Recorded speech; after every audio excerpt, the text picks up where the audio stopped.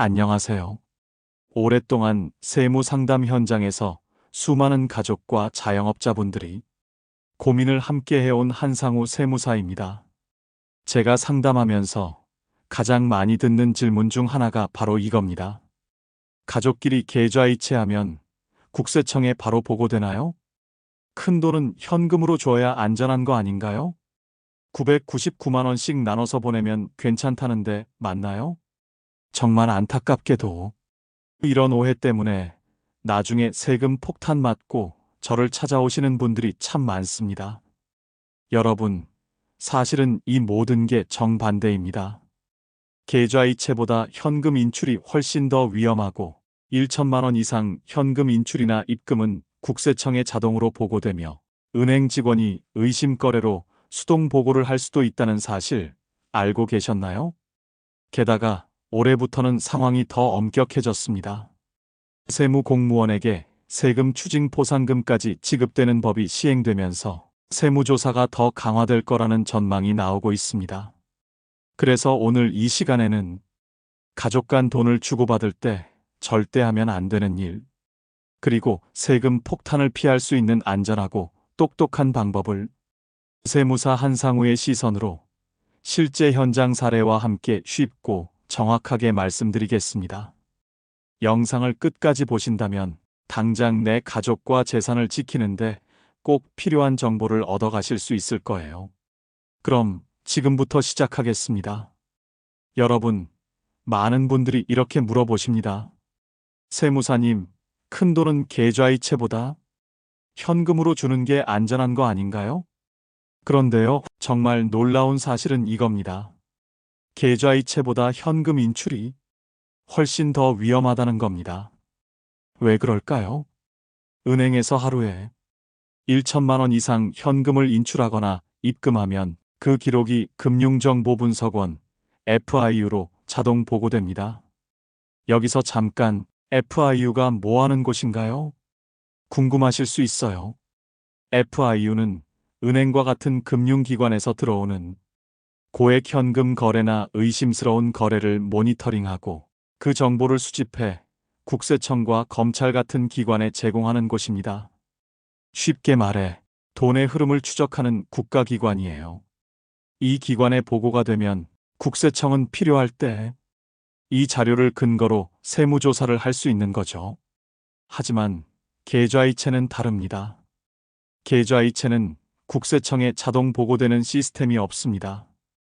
국세청이 계좌 내역을 보려면 세무조사를 받거나 법적 절차가 있어야 합니다. 즉, 세무조사를 받지 않는 이상 국세청은 계좌이체 사실을 알 수 없습니다. 반면에 현금은 다릅니다. 현금은 꼬리표 없는 돈이에요.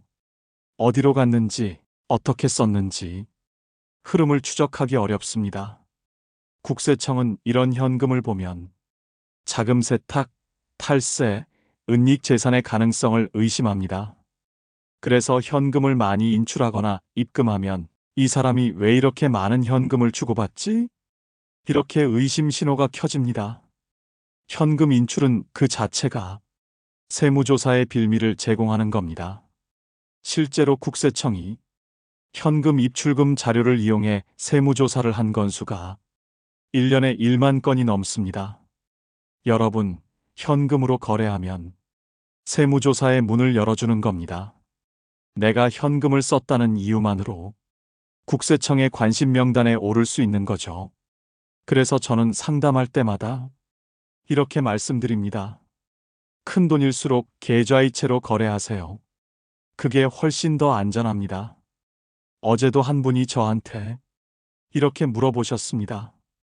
세무사님, 하루에 999만 원씩 인출하면 괜찮은 거죠? 이 질문, 상담 현장에서 정말 자주 듣는 질문 중 하나입니다. 근데 저는 이렇게 말씀드렸습니다. 아니요. 그건 절대 안전하지 않습니다. 왜일까요? 은행에는 의심거래보고 제도라는 게 있기 때문입니다. 의심거래보고 영어로 Suspicious Transaction Report, 줄여서 STR이라고 부릅니다. 이건 어떤 거래냐면요. 금액은 1,000만 원 이하라도 거래가 반복되거나 평소와 다른 이상한 패턴이 보이면 은행 직원이 이거 뭔가 이상하다라고 판단해서 수동으로 보고하는 시스템이에요. 자동 보고가 아니라 은행 창구나 내부 직원이 직접 보고서를 작성해서 올립니다. 그런데 더 중요한 게 있습니다. 이걸 보고하지 않으면 그 은행 직원이 금융감독원에서 징계를 받을 수 있습니다. 그러다 보니까 요즘 은행 직원들이 조금이라도 의심스러운 거래가 있으면 무조건 보고하는 경우가 많아요. 결국 하루 999만 원씩 인출해도 의심 거래로 보고될 수 있다는 겁니다. 그 보고가 올라가면 국세청에서 이 사람 왜 이렇게 현금을 나눠서 인출하지? 이렇게 보게 되는 거죠. 그리고 필요하면 세무조사로 이어질 수도 있습니다. 여러분, 현금 거래는 그 자체가 신호입니다. 내가 현금을 나눠서 뽑든 한 번에 뽑든 결국 국세청은 그 흐름을 의심할 수 있어요. 그래서 저는 상담할 때 항상 이렇게 말씀드립니다. 현금으로 거래하면 세무조사의 문을 스스로 여는 겁니다. 계좌이체보다 더 위험하다는 거 꼭 기억해 주세요. 제가 상담할 때 이렇게 말씀드리면 깜짝 놀라시는 분들이 많습니다.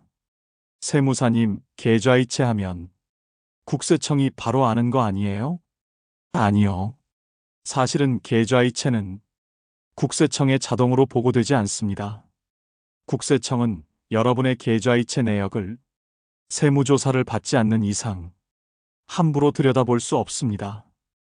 왜 그럴까요? 금융정보보호법 때문에 그렇습니다. 이 법 때문에 국세청도 아무런 명분 없이 여러분의 계좌를 조회할 수 없습니다. 계좌이체는 세무조사 같은 법적 절차가 있어야만 국세청이 볼 수 있는 자료입니다. 즉, 계좌이체는 현금 거래보다 훨씬 더 안전한 거래 방식이라는 거죠. 물론 여기서 한 가지 중요한 조건이 있습니다. 계좌이체 시 반드시 이체 메모를 작성하셔야 합니다. 이체 메모에 병원비 지원, 대학 등록금 대출, 결혼자금 대출처럼 거래 목적을 명확하게 써두셔야 합니다. 이 메모 한 줄이 나중에 세무조사를 받게 되더라도 이 돈은 대출이었구나, 지원금이었구나, 증거가 되어줍니다. 반대로 메모가 없으면 국세청은 이 돈이 증여인지 대출인지 구분할 근거가 없다고 봅니다. 여러분, 계좌이체는 안전한 길입니다. 하지만 이체 메모를 남기지 않으면 그 안전함이 사라질 수 있습니다. 그래서 저는 계좌이체로 거래하고 이체 메모에 정확한 용도를 남기자 이렇게 말씀드립니다. 이 작은 습관 하나가 나중에 수천만 원의 세금을 막아줄 수도 있습니다. 꼭 기억해 주세요. 여러분, 제가 상담할 때 가장 많이 드리는 조언 중 하나는 이겁니다. 1천만 원 이상 현금 인출은 절대 피하세요. 왜냐하면 1천만 원 이상 현금 인출이나 입금은 금융정보분석원 FIU에 자동 보고되기 때문입니다. 이 보고 자료는 국세청에서 필요할 때 세무조사의 근거로 사용할 수 있어요. 그래서 저는 항상 큰 돈일수록 계좌이체로 거래하세요. 이렇게 말씀드립니다. 계좌이체로 거래할 땐 한 가지 중요한 걸 꼭 기억하셔야 합니다. 이체 메모를 반드시 남기셔야 합니다. 메모에 병원비 지원, 대학 등록금 대출, 결혼자금 대출 이렇게 거래 목적을 정확히 써두셔야 합니다. 이 메모 한 줄이 나중에 세무조사에서 이 돈은 지원금이다, 대출이다, 증거가 됩니다. 메모가 없으면 국세청은 증여로 간주할 가능성이 높아요. 그리고요, 혹시 부득이하게 현금 입금을 해야 하는 상황이라면 여러 은행을 나눠서 입금하는 방법도 있습니다. 예를 들어 신한은행에서 900만 원, 국민은행에서 900만 원을 입금한다면 각각은 1천만 원 미만이라 FIU에 자동 보고되지 않습니다. 왜냐하면 은행 간에는 전산 시스템이 연결돼 있지 않아서 합산 보고가 되지 않기 때문이에요. 하지만 여기서 중요한 점이 있습니다. 각 은행 내부에서는 이 거래 기록을 별도로 관리할 수 있다는 사실입니다.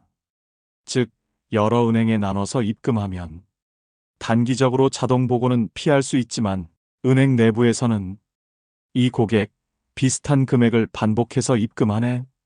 이렇게 의심할 수 있어요. 그리고 은행 직원이 의심 거래로 수동 보고할 가능성도 있습니다. 여러분, 이 방법은 장기적으로 안전한 방법은 아닙니다. 그래서 저는 가능한 한 계좌 이체로 이체 메모까지 남기는 방식이 가장 안전하다. 이렇게 조언합니다. 작은 습관 하나가 수천만 원의 세금을 막아줄 수 있습니다. 오늘 꼭 기억해 주세요. 여러분, 제가 상담하면서 정말 많이 드리는 말씀 중 하나가 있습니다. 올해는 세무조사가 더 강화됩니다. 왜일까요? 가장 큰 이유는 2025년부터 세무공무원 포상금 제도가 시행됐기 때문입니다. 이제 세무공무원이 세무조사로 세금을 추징하면 그 추징 금액의 일부를 포상금으로 받을 수 있습니다. 이건 어떤 의미일까요? 세무공무원이 더 적극적으로 세무조사를 할 동기가 생긴 겁니다. 예전에는 세무공무원도 사람인지라 이 정도면 됐지 하고 넘어가는 경우가 있었습니다. 하지만 이제는 세무조사 결과에 따라 자신이 포상금을 받게 되니 조사 강도가 더 세질 가능성이 높습니다. 그리고 두 번째 이유는 세수 부족 문제 때문입니다. 2023년, 2024년 연이은 세수 부족으로 정부는 세무조사를 통해 세수를 메꿔야 하는 상황에 놓였습니다. 이런 상황이기 때문에 올해는 특히 더 세무조사가 확대될 가능성이 높습니다.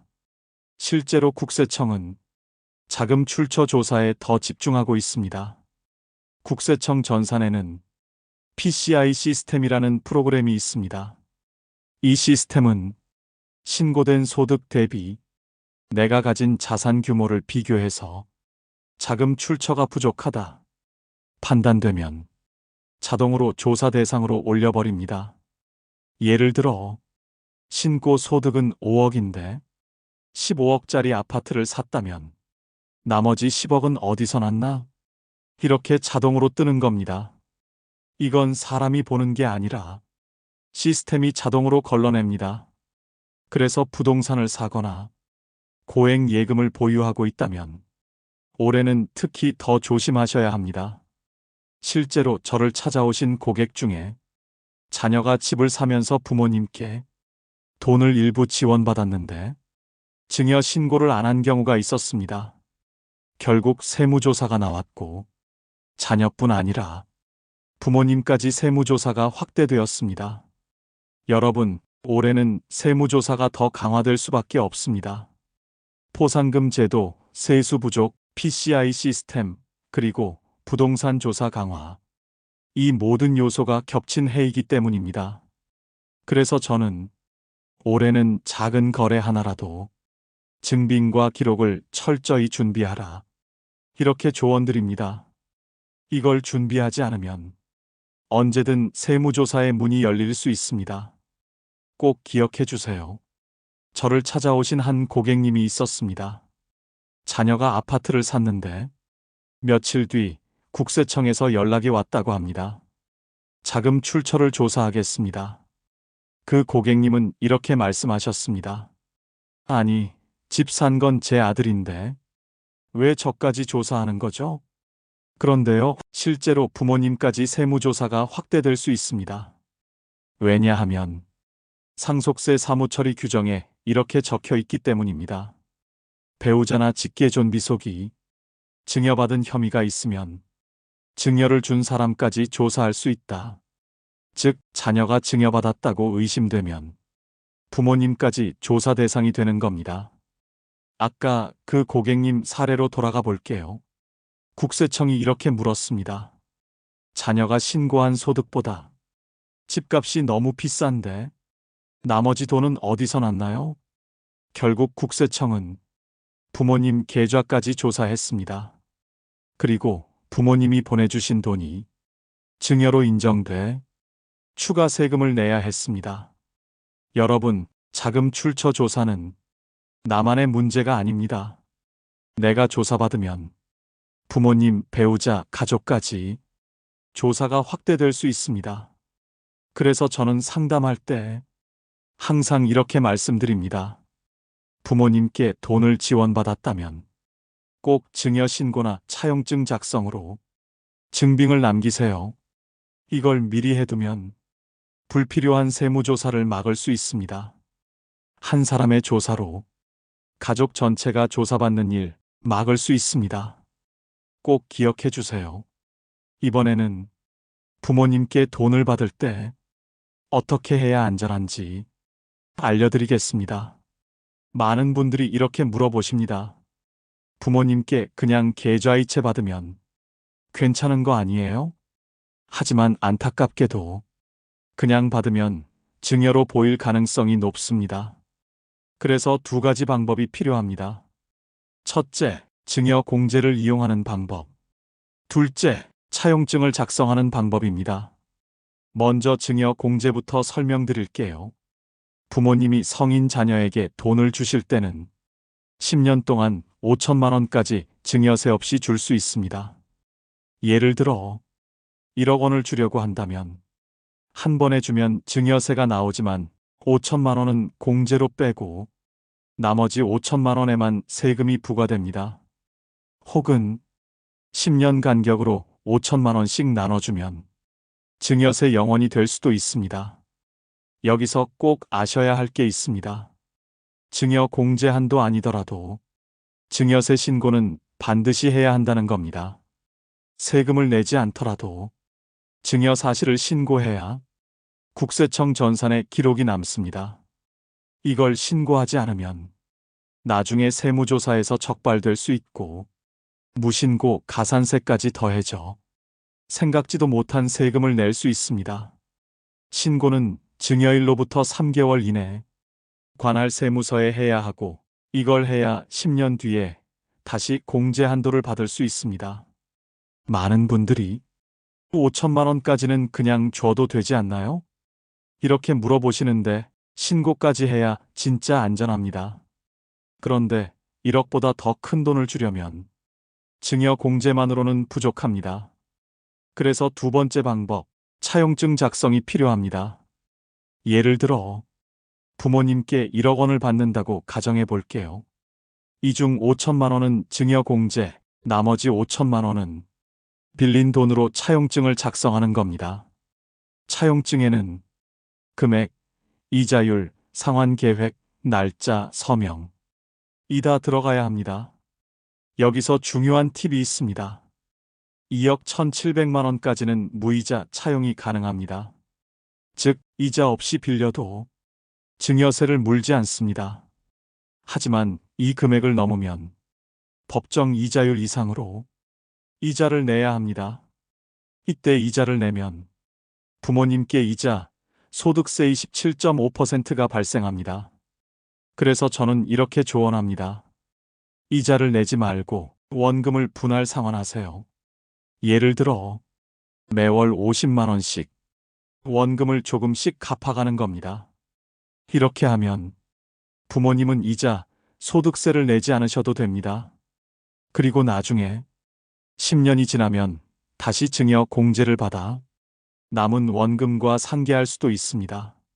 실제로 상담하신 분 중에 이 방법으로 절세에 성공하신 분이 있습니다.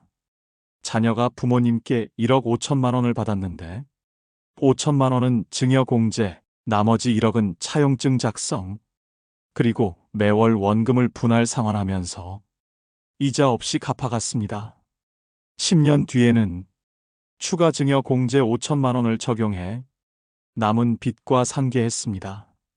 결과적으로 추가 세금 없이 안전하게 돈을 주고받을 수 있었습니다. 여러분, 부모님께 큰 돈을 받으실 땐 그냥 받지 마세요. 증여 공제와 차용증 작성, 그리고 증여 신고까지 이 세 가지를 꼭 기억하세요. 이걸 준비하지 않으면 나중에 세금 폭탄을 맞을 수 있습니다. 작은 준비 하나가 수천만 원, 억 단위 세금을 막아줄 수 있습니다. 마지막으로 제가 상담할 때 꼭 드리는 절세와 안전 거래를 위한 체크리스트를 정리해 드리겠습니다. 이 5가지는 가족 간 돈을 주고받을 때 꼭 기억해야 할 기본 원칙입니다. 첫째, 계좌이체로 거래하되 반드시 이체 메모를 작성하세요. 메모에 병원비 지원, 결혼자금 대출, 대학 등록금 대출처럼 거래 목적을 명확하게 적어두는 겁니다.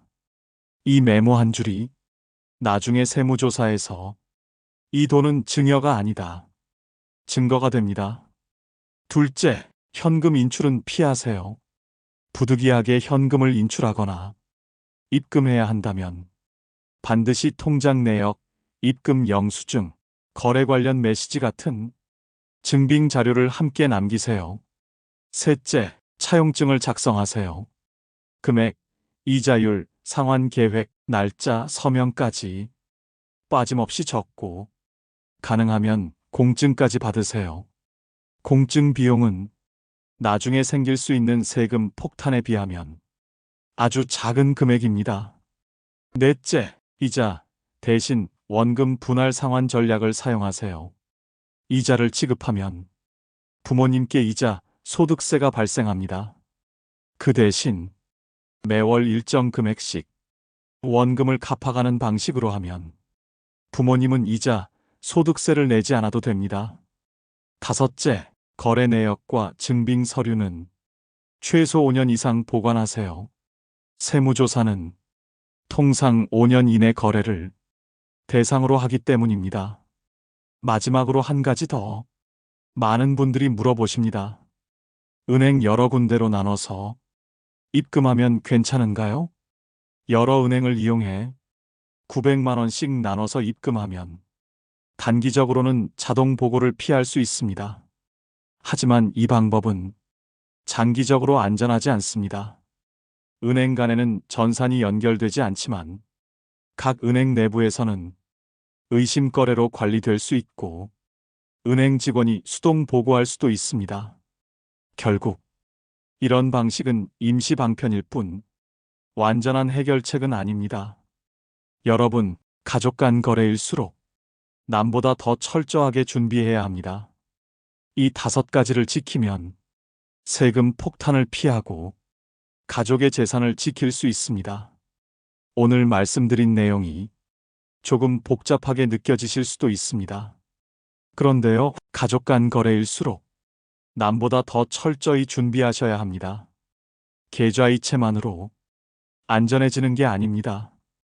그 안에 증빙과 기록이 있어야 진짜 안전합니다.